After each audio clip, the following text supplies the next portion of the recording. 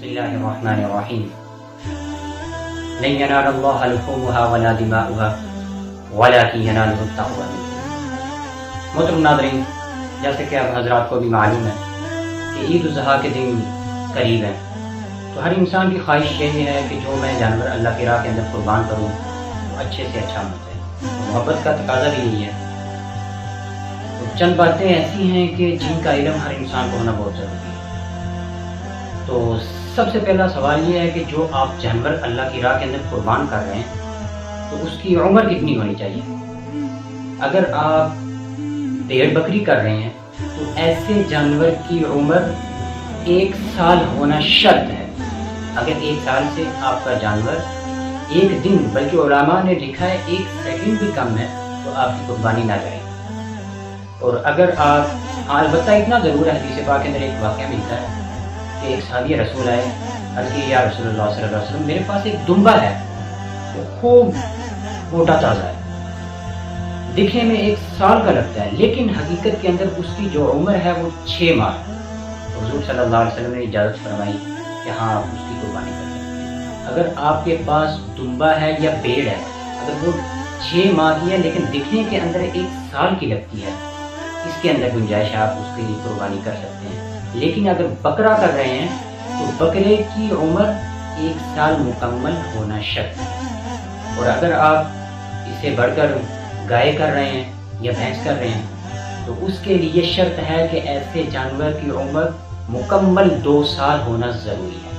کچھ لوگ کہتے ہیں کہ جانور کو دوندا ہونا چاہیے۔ دوندا ہونا میرے بھائی شرط نہیں ہے، بلکہ یہ ایک علامت اور نشانی ہے کہ عموماً جو جانور ہوتا ہے وہ 2 سال کے اندر دھوندا ہو جاتا ہے، لیکن جو شرط ہے ایسے جانور کے لیے اس کی عمر 2 سال ہونا ضروری ہے۔ اور اگر آپ اونٹ کر رہے ہیں تو اونٹ کی جو عمر ہے وہ مکمل 5 سال ہونا ضروری ہے۔ اگر 5 سال سے کم ہے تو بالکل نہ جائے گا۔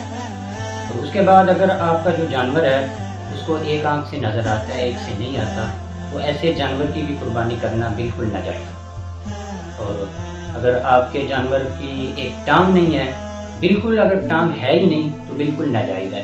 اگر ہاں البتہ ٹانگ کے اندر کوئی فریکچر آ گیا ہے یا ٹانگ نیچے لگا نہیں سکتا، لڑکھڑا کے چل رہا ہے، تو علماء نے لکھا ہے کہ اگر آپ کا جانور خود چل کے مذبح خانے تک جا سکتا ہے، جس جگہ پہ آپ کے جانور کو ذبح کرنا ہے تو خود چل کے اس جگہ پہ جا سکتا ہے، تو ایسے جانور کی قربانی کرنا جائز۔ اور اگر آپ کے جانور کے جو سینگ ہے، سینگ اگر وہ جڑ سے ہی اکھڑ گیا ہے تو بالکل ناجائز ہے۔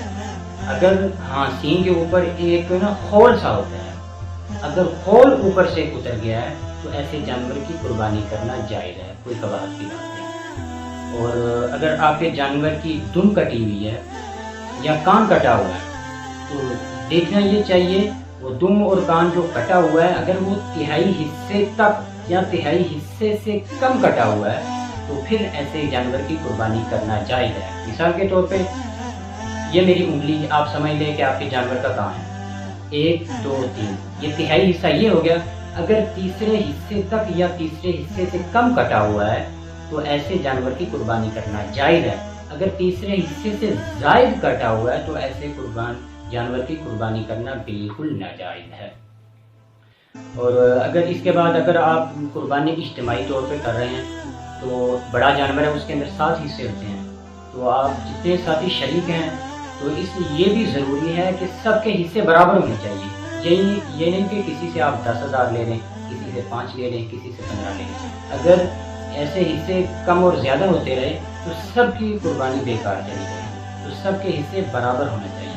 اور سب سے اہم بات اور جو ضروری بات ہے، اگر آپ اجتماعی طور پہ قربانی کر رہے ہیں تو دیکھیں آپ کے درمیان میں کوئی ایسا بندہ تو نہیں ہے جو بد مذہب ہو، بد عقیدہ ہو۔ مثال کے طور پہ جیسے یہ مرزائی ہیں یا جتنے بھی گمراہ فرقے ہیں، تو ایسا ایک بندہ بھی آپ کی قربانی کے اندر شریک ہو گیا تو سب کی قربانی بالکل ناجائز جائے گی اور ضائع جائے گی۔ اس کا بالخصوص خیال رکھیں۔